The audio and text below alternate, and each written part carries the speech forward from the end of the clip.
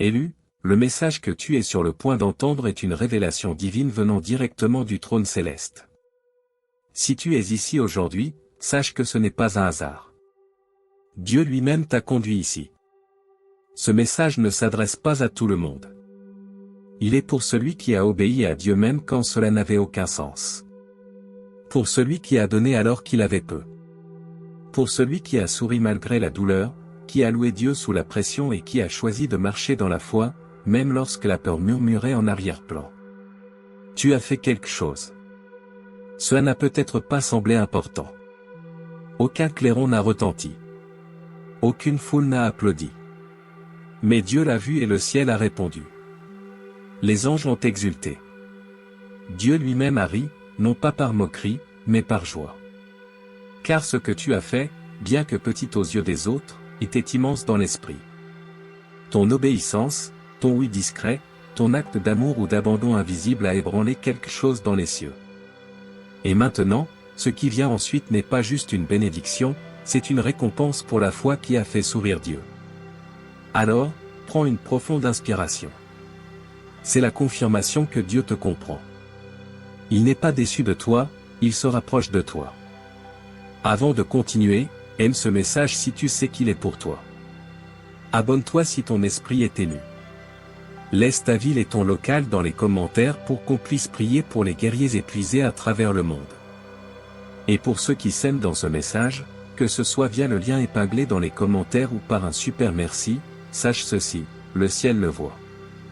Ton offrande n'est pas un simple pourboire. Ce n'est pas un paiement. C'est un acte prophétique de foi. Tu ne donnes pas à un homme. Tu sèmes dans un alignement divin. Par ton sacrifice, tu déclares que Dieu est ta source, ton pourvoyeur, ton soutien. Et Dieu te dit maintenant, parce que tu as donné alors que cela te coûtait, je pourvoirai quand tout semblera impossible. Parce que tu m'as fait confiance avec ce que tu avais en main, je vais t'émerveiller avec ce que j'ai dans la mienne. Ce type de don émeut le ciel. Il parle plus fort que tous les mots que tu pourrais prononcer. Alors, allons plus loin. Décomposons cette vérité couche par couche, comme si on apprenait à un nouveau-né à marcher pour la première fois. Tu te demandes peut-être, est-ce que Dieu rit vraiment? La réponse est oui, et la Bible le confirme. Mais comprenons bien ce que ce rire représente. Quand on entend que Dieu a ri, beaucoup pensent immédiatement au jugement. Dans le psaume 2 et le psaume 37, Dieu rit des méchants parce que leur rébellion est insensée face à sa puissance. Le psaume 2 dit, « Celui qui siège dans les cieux rit, le Seigneur se moque d'eux. » C'est le rire de la justice divine, une réaction sainte à la désobéissance orgueilleuse. Mais ce n'est pas de ce rire qu'on parle aujourd'hui. Aujourd'hui, nous parlons d'un autre type de rire, le rire de la joie. La joie d'un père qui regarde son enfant avancer avec une foi fragile mais intrépide. Ce n'est pas un rire de jugement, mais d'une profonde affection divine. La joie qu'un père aimant exprime lorsqu'il voit du courage enveloppé de faiblesse. Ramenons ça à quelque chose de concret. Imagine un tout petit qui se tient debout, chancelant, et qui fait ce premier pas audacieux dans les bras de son parent aimant. Le parent ne gronde pas. Il ne critique pas le faux pas. Il rit de joie. Il sourit avec des larmes. Son cœur déborde de bonheur. C'est ce qui s'est passé dans le royaume de l'esprit. Tu as fait un pas qui a fait rire Dieu de joie. Tu as osé lui faire confiance. Tu as avancé alors que tout te disait de rester immobile. Et dans cette obéissance fragile, il a trouvé de la joie. Le rire du ciel n'était pas de la moquerie. C'était une célébration. Tu as fait sourire Dieu. Tu l'as fait rire. Allons encore plus loin. Parlons de ce que tu as fait. Parce que certains d'entre vous ne s'en rendent même pas compte. Tu n'as pas séparé la mer Rouge. Tu n'as pas ressuscité les morts. Tu n'as pas prêché devant des milliers de personnes. Tu n'as pas construit une arche ni fait descendre le feu du ciel. Mais tu as fait quelque chose de plus grand aux yeux de Dieu.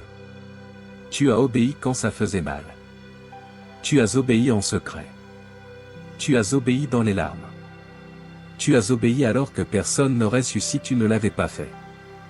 Et cette obéissance silencieuse et invisible aux autres a envoyé un son dans le ciel qui a fait sourire le Père. Tu as touché son cœur, non pas par une performance, mais par un abandon. Regardons des exemples de ce qui a fait exulter le ciel à ton sujet. Premièrement, tu as pardonné quand tu aurais pu te battre. On t'a fait du tort, on t'a menti, on t'a trahi. Ton cœur était brisé et ta chair brûlait du désir de riposter. Mais au lieu de cela, tu as choisi le chemin étroit. Tu as dit, Dieu, je les libère. Je choisis la paix. Il n'y a eu ni applaudissement de la foule, ni médaille pour ta retenue. Mais Dieu s'est penché sur son trône et a murmuré, c'est mon enfant, c'est à cela que je ressemble. Pardonner n'est pas passif, c'est puissant. Matthieu 6h14 nous rappelle, si vous pardonnez aux hommes leurs fautes, votre Père Céleste vous pardonnera aussi. À ce moment-là, tu n'as pas juste pardonné. Tu as reflété le ciel. Deuxièmement, tu as donné quand tu n'avais pas assez. Dieu a poussé ton esprit à semer, à bénir, à donner. Tout autour de toi te disait, retiens-toi. Les factures s'accumulaient. Tes propres besoins te regardaient en face, mais au lieu de te cramponner, tu as ouvert ta main. Cette graine a peut-être semblé petite aux autres. Mais dans l'esprit, elle a retenti comme un coup de tonnerre, comme la veuve dans Marc 10, 42-44 qui a donné 2 petites pièces. Jésus a vu ce que personne d'autre n'a vu. Il a dit qu'elle avait donné plus que tous les autres. Pourquoi? Parce que Dieu n'est pas impressionné par les montants. Il est ému par la foi. Tu as donné quand ça n'avait pas de sens. Cet acte de confiance a transpercé le ciel comme une trompette. Troisièmement, tu as fait confiance quand il n'y avait aucun signe. Tu attendais une parole, tu t'accrochais à une promesse. Jour après jour, rien ne changeait. Semaine après semaine, aucune porte ne s'ouvrait. Et pourtant, tu es resté fidèle. Tu as prié encore. Tu as adoré encore. Tu as dit, Seigneur, je crois. Ce genre de confiance n'est pas ordinaire, il est saint. Hébreux 11h6 dit, sans la foi, il est impossible de plaire à Dieu, mais tu lui as plu non par des résultats mais par une foi brute. Quand tout te disait d'abandonner, tu as tenu bon et le ciel l'a compté comme justice. Quatrièmement, tu as choisi la droiture dans un monde corrompu. Tu avais l'occasion de compromettre et personne n'aurait su. Mais tu ne l'as pas fait. Quand la tentation murmurait, tu t'es éloigné. Quand la pièce était remplie de commérages, tu es resté silencieux. Quand la malhonnêteté aurait été plus facile, tu t'es accroché à l'intégrité.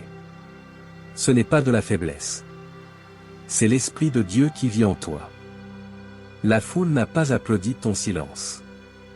Le monde n'a pas récompensé ta pureté, mais le ciel, lui, l'a fait. Les anges l'ont noté. Dieu l'a vu. Et ta décision silencieuse de marcher droit a allumé une flamme sur l'autel du ciel.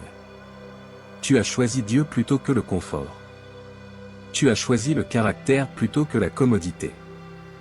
Et ce choix, ce moment invisible portait un poids éternel. Allons encore plus loin. Luc 15h10 dit, il y a de la joie devant les anges de Dieu pour un seul pécheur qui se repent. Cela signifie qu'une simple décision de tourner ton cœur vers Dieu provoque une célébration dans le ciel. Le monde ne le voit pas. La foule ne le partage pas sur les réseaux, mais le ciel explose de joie. Cela révèle une vérité puissante, le ciel célèbre ce que la terre ignore.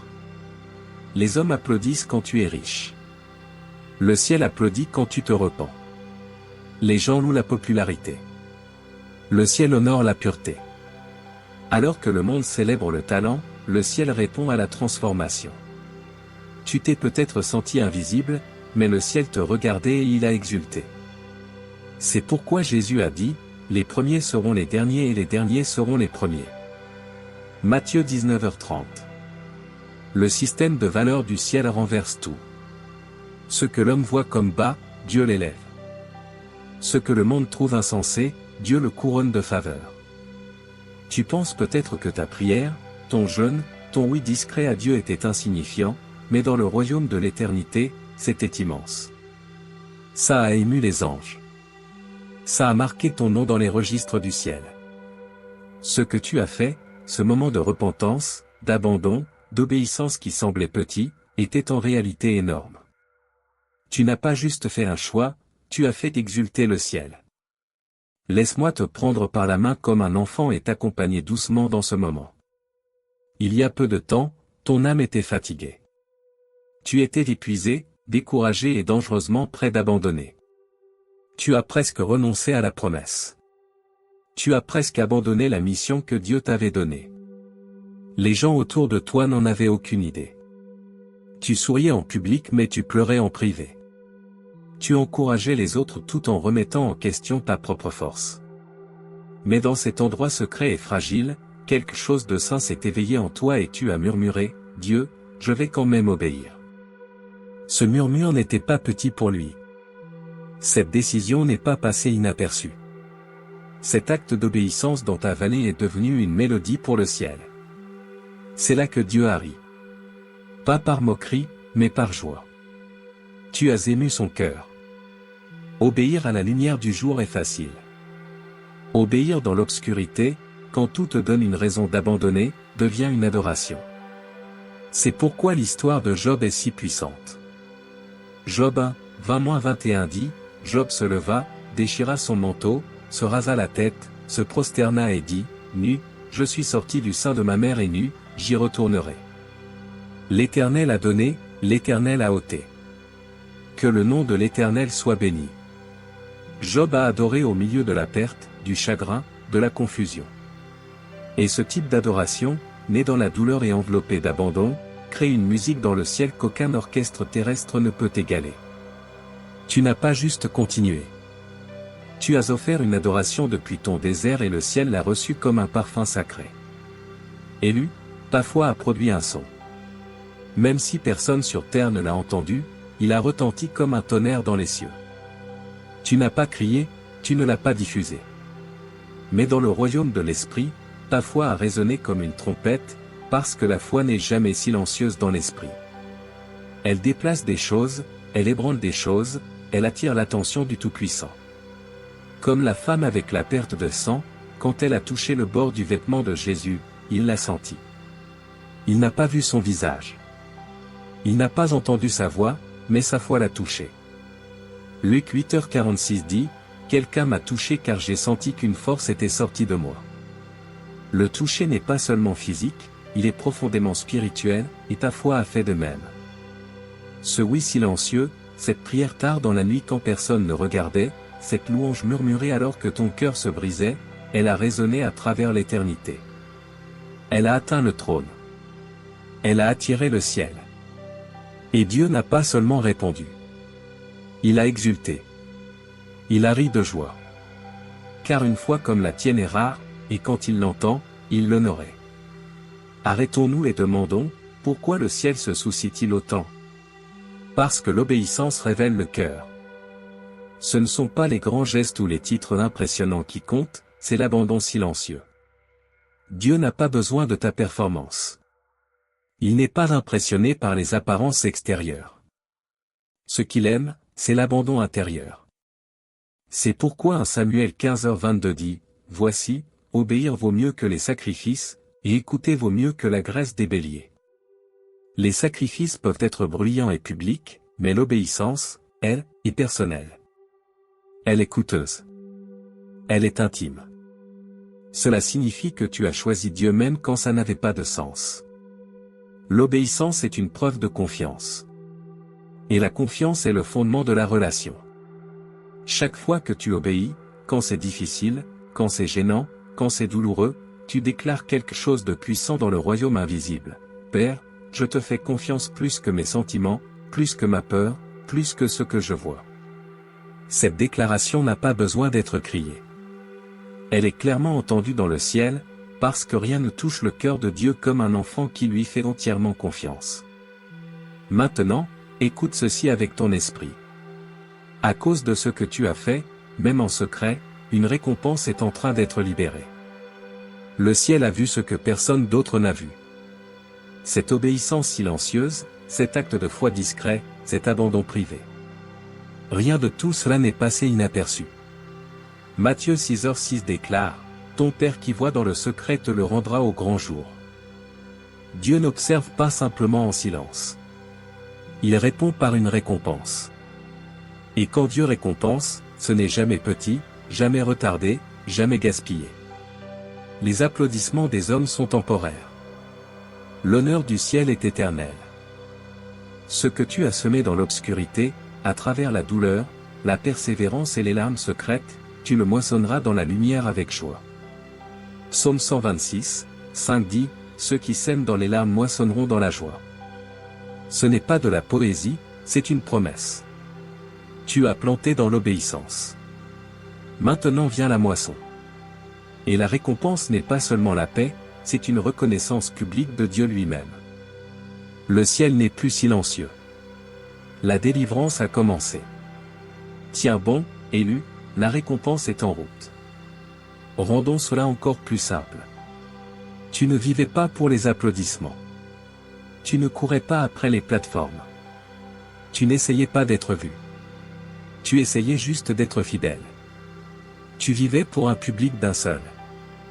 Non pas pour impressionner les gens, non pas pour être loué, mais parce qu'au fond de toi, tu aimais Dieu plus que tout. Tu n'étais pas parfait, mais ton cœur était sincère, et cette sincérité, cette dévotion silencieuse, a attiré l'attention du ciel.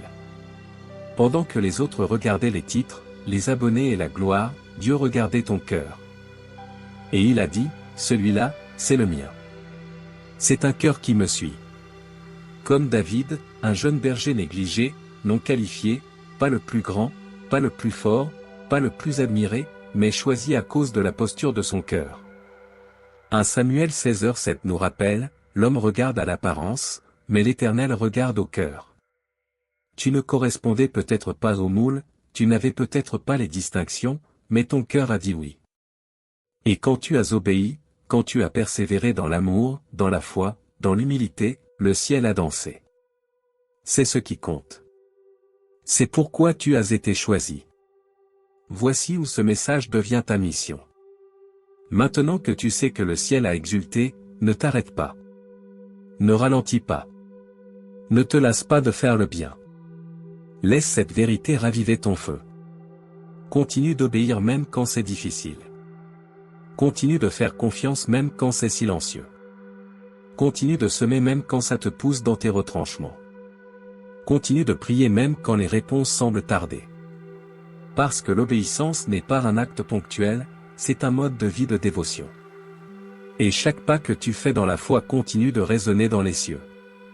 Pourquoi ? Parce que le prochain rire de Dieu ne sera pas seulement au ciel, il sera sur la terre.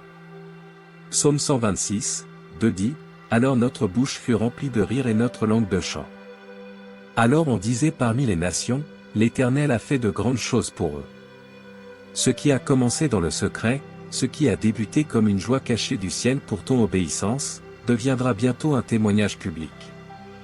Ce qui a fait sourire Dieu en privé te fera exulter en public. Ta moisson arrive. Ta bouche sera remplie de rire. Ce qui a commencé avec le ciel te célébrant se terminera par le monde voyant Dieu. Élu, écoute ceci profondément. Ce moment que tu pensais insignifiant, le ciel l'a enregistré.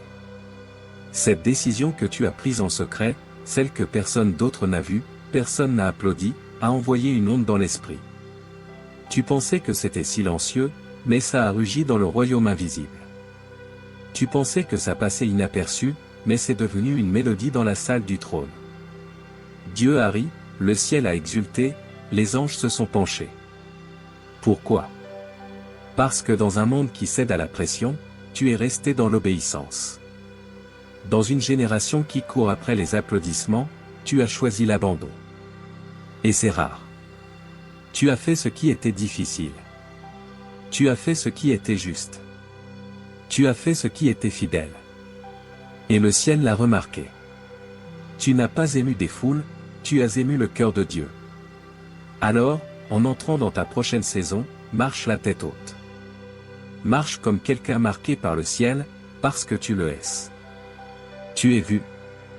Tu es honoré. Tu es célébré. La récompense est en route. La percée est proche. La joie débordera. Ce que Dieu a ressenti à cause de ton obéissance ne s'efface pas. Il grandit.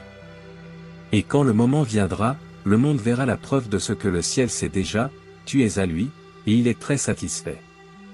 Chers élus, nous sommes à la fin de ce message. Votre amour nous inspire à créer un contenu significatif rien que pour vous. Si nos efforts ont touché votre cœur, vous pouvez montrer votre soutien en cliquant sur le bouton j'aime sur votre écran YouTube et en commentant 77 et ensuite Amen je reçois. Chaque geste de votre part compte énormément pour nous et nous permet de continuer. Merci d'être l'incroyable système de soutien que vous êtes. Nous vous sommes éternellement reconnaissants pour votre amour et vos encouragements. Merci d'avoir regardé. Nous nous retrouvons dans la prochaine vidéo. Abonnez-vous maintenant et ne vous excusez plus jamais d'évoluer. D'ici là, portez-vous bien et au revoir. Que Dieu vous bénisse.